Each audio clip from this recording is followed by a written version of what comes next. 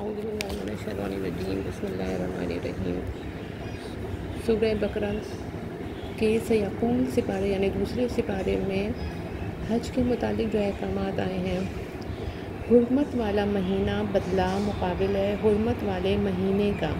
اور ادب رکھنے میں بدلہ ہے پھر جس نے تم پر زیادتی کی تم اس پر زیادتی کرو جیسی اس نے زیادتی کی تم پر، اور ڈرتے رہو اللہ سے اور جان لو کہ اللہ ساتھ ہے پرہیزگاروں کے، اور خرچ کرو اللہ کی راہ میں اور نہ ڈالو اپنی جان کو ہلاکت میں، اور نیکی کرو بے شک اللہ دوست رکھتا ہے نیکی کرنے والوں کو،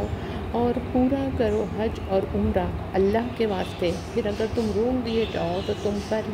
ہے جو کچھ کے میسر ہو قربانی سے، اور حجامت نہ کرو اپنے سروں کی جب تک پہنچ نہ چکے قربانی اپنے ٹھکانے پر،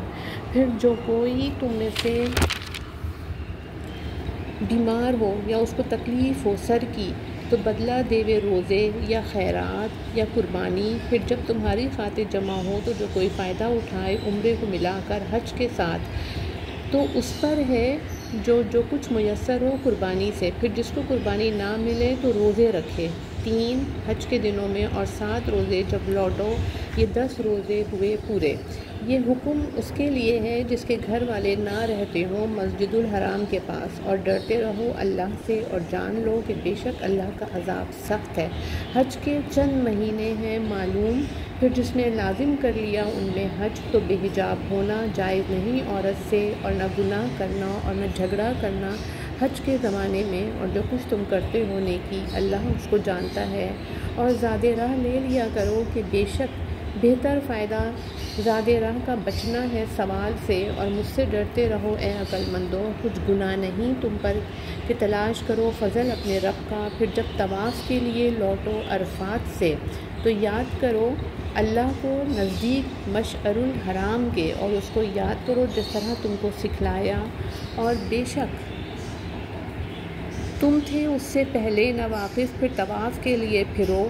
جہاں سے سب لوگ پھریں، اور مغفرت چاہو اللہ سے بے شک اللہ بخشنے والا ہے مہربان، پھر جب پورے کر چکو اپنے حج کے کام تو یاد کرو اللہ کو جیسے تم یاد کرتے تھے اپنے باپ دادوں کو، بلکہ اس سے بھی زیادہ یاد کرو۔ پھر کوئی آدمی تو کہتا ہے اے رب ہمارے دے ہم کو دنیا میں اور اس کے لیے آخرت میں کچھ حصہ نہیں، اور کوئی ان میں کہتا ہے اے رب ہمارے دے ہم کو دنیا میں خوبی اور آخرت میں خوبی، اور بچا ہم کو دوزخ کے عذاب سے، انہی لوگوں کے واسطے حصہ ہے اپنی کمائی سے، اور اللہ جلد حساب لینے والا ہے۔ اور یاد کرو اللہ کو گنتی کے چند دنوں میں، پھر جو کوئی جلدی چلا گیا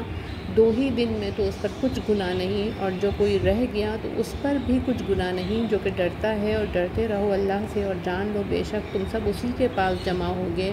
اور بعض آدمی وہ ہے کہ پسند آتی ہے تجھ کو اس کی بات دنیا کی زندگانی کے کاموں میں، اور گواہ کرتا ہے اللہ کو اپنے دل کی بات پر، اور وہ سب جھگڑالو ہے، اور جب پھرے تیرے پاس سے تو دوڑتا پھرے ملک میں تاکہ اس میں خرابی ڈالے اور تباہ کرے کھیتیاں اور جانیں، اور اللہ ناپسند کرتا ہے فساد کو۔ اور جب اس سے کہا جائے کہ اللہ سے ڈر تو آمادہ کرے اس کو غرور گناہ پر، سو کافی ہے اس کو دوزخ، اور وہ بے شک برا ٹھکانہ ہے۔ اور لوگوں میں ایک شخص وہ ہے کہ بیچتا ہے اپنی جان کو اللہ کی رضا جوئی میں، اور اللہ نہایت مہربان ہے اپنے بندوں پر۔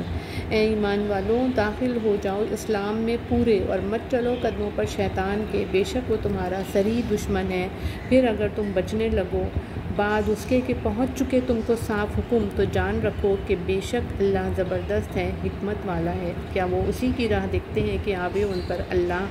ابر کے سائبانوں میں، اور فرشتے، اور طے ہو جانے قصہ، اور اللہ ہی کی طرف لوٹیں گے سب کام۔ پوچھ بنی اسرائیل سے کس قدر عنایت کی ہم نے ان کو نشانیاں کھلی ہوئی، اور جو کوئی بدل ڈالے اللہ کی نعمت بعد اس کے کہ پہنچ چکی ہو وہ نعمت، اس کو تو اللہ کا عذاب سخت ہے۔ فرشتہ کیا ہے کافروں کو دنیا کی زندگی پر، اور ہنستے ہیں ایمان والوں کو، اور جو پرہیزگار ہیں وہ ان کافروں سے بالاتر ہوں گے قیامت کے دن۔ اور اللہ روزی دیتا ہے جس کو چاہے، بے شمار تھے سب لوگ ایک دین پر، پھر بھیجے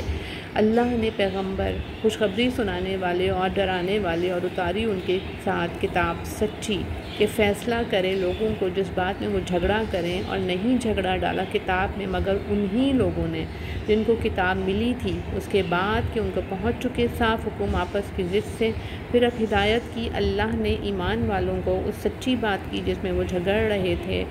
اپنے حکم سے، اور اللہ بتلاتا ہے جس کو چاہے سیدھا راستہ۔ بے شک یا رب العالمین، آمین ثم آمین۔